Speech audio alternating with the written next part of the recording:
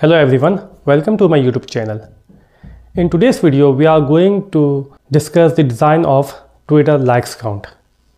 And we can use the same design to design other similar systems like, for example, YouTube videos likes count, YouTube videos views count, view counts of a Facebook or Instagram post, or likes count of Facebook or Instagram post, and live streaming and number of people watching it, and any similar near real-time counter design. You also need to understand that there are two ways an interviewer can ask you this question. One way is that the interviewer will ask you to design the whole Twitter service with a special focus on designing the Twitter likes count system. And the other way an interviewer can ask you to design Twitter likes count is by suggesting that assume that a Twitter service already exists, and now the interviewer only wants you to extend the existing service. In this case, you need to come up with appropriate assumptions about the existing system. I have already discussed the design of a Twitter service itself in my previous YouTube videos, which you can find the link here. Please go check them out as well if you haven't watched them. Now let's assume that you are extending the Twitter service. In that case, the very first thing you will do is that you will come up with appropriate assumptions about what the existing system looks like. So in that case, let's assume the existing Twitter service comprises of following microservices. So the user will actually communicate with an API gateway over the internet. Behind API gateway, we have a tweet service which is used to publish or retrieve a tweet. We also have home timeline service which stores all the user home timelines. We also have a fanout service which takes a tweet and forward it to all the followers of the sender. And for this case, the fanout service uses a social graph service. So this is the very basic Twitter service design in terms of microservices architecture. As you can see in the picture, we are only showing logical microservices components. We are not going into the designs of how the API gateway look like or how the Twitter service look like, etc. Now let's come up with some functional requirements. The very first functional requirement will be that a user can like a tweet. Another requirement could be that a user can see total number of likes of a tweet. The third requirement would be a user should not be able to like a tweet multiple times, and it is a very important requirement. It gives us a hint that whenever user likes a tweet, we should store that information somewhere, because if we will not store that information, then a user can like a tweet multiple times, and there is no way for us to prevent it. Another functional requirement is that a user should only be able to query whether the user has liked a tweet or not. A user should not be able to query whether some other user has liked that tweet or not. And it is also a very important requirement, because if we have this requirement, it will change our design a little bit. And now, what will be the non-functional requirements? As I have discussed so many times in my previous videos, there are 4 very important non-functional requirements that you should always consider. The very first non-functional requirement is high availability. Of course, we want our service to be highly available. The second non-functional requirement is scalability. Of course, we want our service to be highly scalable so that the service should be able to scale as the load on the service increases. The third requirement is durability, and it is also a very important requirement, because now what if a user likes a tweet and we store that information in a data store, but then we lose that information. And the fourth and final requirement is about consistency. Let me know in the comments below whether you will use a strongly consistent system or whether you will use an eventual consistent system, and why. And by the way, there is a great discussion that I have done about why we choose a strong consistency or why we choose eventual consistency in a system design in my past video, which you can find the link here. Now, before going further in the design, we will now discuss the data schema of existing system. There are 2 possibilities. Number 1 is that the existing system is using some SQL database like Oracle DB or MySQL, etc. And the second possibility is the existing system uses some NoSQL database like a key value retrieval or DocumentDB, etc. So first we will assume that the existing system uses a SQL database, and we will see how we would like to actually extend that existing system to support Twitter likes count. Let's assume that the existing system consists of a SQL database, and there is a single table that it is using, which is a tweet table. It has a primary key as tweet ID, and then there are some other information about the tweets. Now if we want to actually extend the existing system to also support Twitter likes count, and we want to store whenever user likes a tweet that information somewhere, then what we could also do is that we can also introduce one more table, and that table will be tweet likes table. Whenever a user likes a tweet, we will insert a record in this table. And now if you want to retrieve a tweet, we will just execute the SQL statement, select star from tweets where tweet ID equal to some tweet ID. And if we like to know how many likes count are there for that particular tweet, we can run a query, select count star from tweet likes where tweet ID equal to this.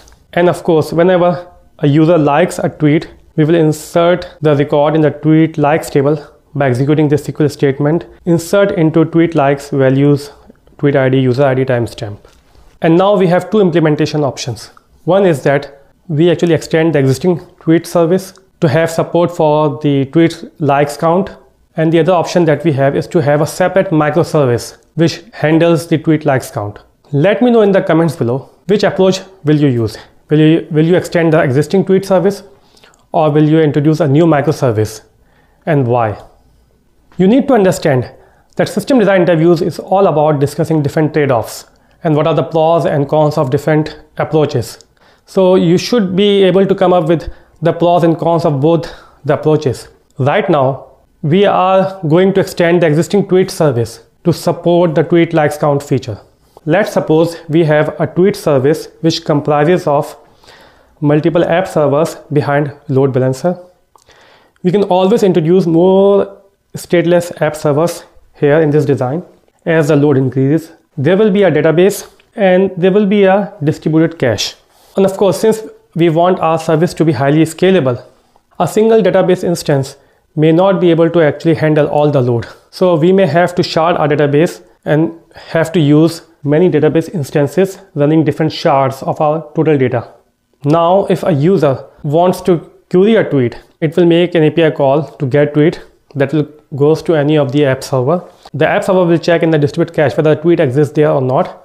And if not, it will go and read the tweet from the database. It will also populate the tweet into the cache and then return the tweet to the caller. Here we are using distributed cache in a read-through manner. Now there are multiple issues with this approach. The first issue is that the read query select count star is too heavy on the database. The second issue is the system may not be able to handle the rate of writes. Let's look at this graph. As you can see, the x-axis is the time and the y-axis is the number of likes of a tweet. So you can see the pattern that the likes of a tweet will take is something like this. At the beginning, the number of likes or the rate of likes will increase. At some point in time, it will reach its peak and then it will start declining gradually. But this is just for one tweet. But the system has thousands and even millions of tweets, and there will be a large number of users which will be liking different tweets. So the right pattern would be something like this. So now let's try to tackle each issue separately. First, we will try to tackle the read load. Since we already know that select count star is a very heavy query on the database, let's see how we can actually optimize this. So we have two approaches. One approach is that we will actually introduce a likes count field in the tweets table. Now every time a user likes a tweet, we will insert a record in tweet likes table and we will also increment this likes count. The second approach that we have is that instead of having the likes count field within the tweets table, we actually introduce a third table which is tweet likes count. And now whenever a user likes a tweet, we insert a record in the tweet likes table and we also increment the likes count in the tweet likes count table. Now in that case, our select statement will change as follows. The select count star will be changed to select likes count from tweet likes count. Let me know in the comment below which approach you will use and why. Will you introduce a tweet likes field in the tweet table, or will you introduce a third table, tweet likes count, and actually insert the likes count there? Right now I am going to use the second approach, that is I will introduce a third table, tweet likes count. And now if a user likes a tweet and we have to insert that record in the tweet likes, the insertion would be something like this, where we will begin a transaction. We will first select the existing count from the tweet likes count table for that particular tweet. We will actually increment that count by 1, and also we will insert a record into tweet likes table, and then we will commit the transaction. So now querying tweet likes count does not have that much load on the database. However, we still have issue in the right path. For example, as far as this transaction is concerned, let's assume there is one tweet and there are 10 users who likes the tweet at the same time. So these 10 requests will go to different app servers, and each app server will begin this transaction. It will select the count. Let's say initial likes count was 10. And as you can see, this select statement is select for update. So what this statement does, it actually locks that database table row. So what it means that all the other 9 app servers, when they will begin their transactions and then when they will try to run select star from tweet likes for update, that statement will be blocked and it will not be completely executed unless the first app server either commit or roll back its transaction.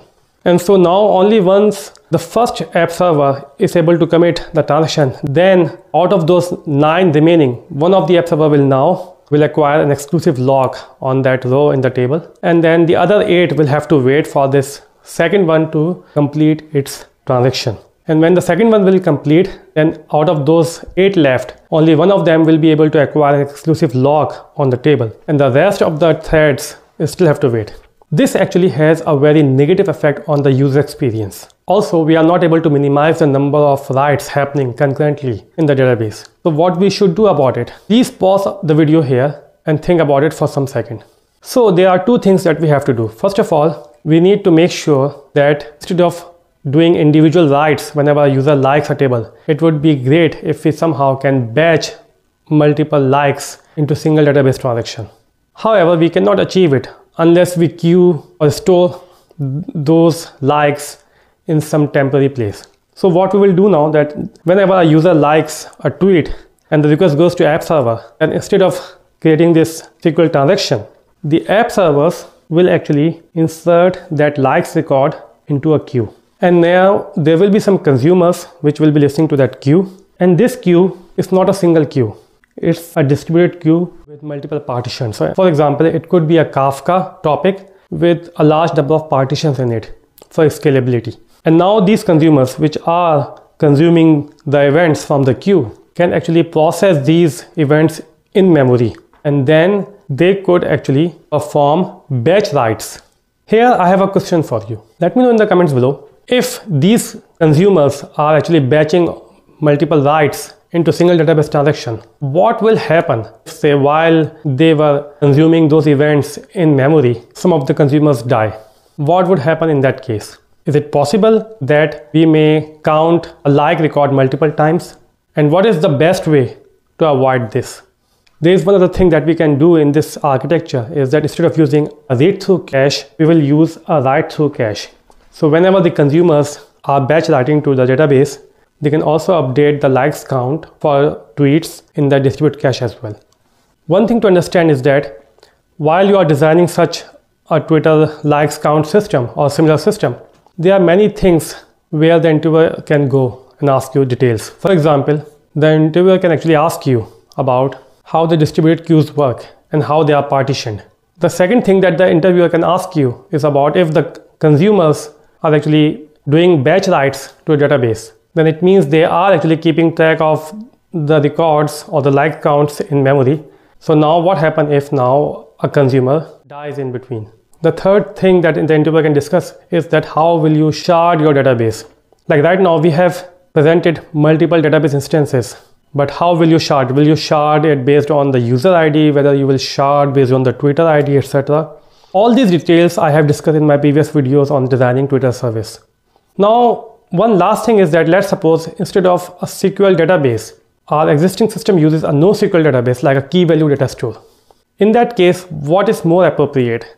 Whether you will actually introduce a like field in the value blob of the tweet, because now you are using a key value data store where the tweet ID is the key and the value is basically the content of the tweets, some metadata. Whether you will introduce a likes count there, or will you use a different collection for likes count? Similarly, instead of key value data store, if you are using document DB, what would you do in that case? And instead of a document DB, if you are using a column oriented database like Cassandra, what will you do there? Let me know in the comments below.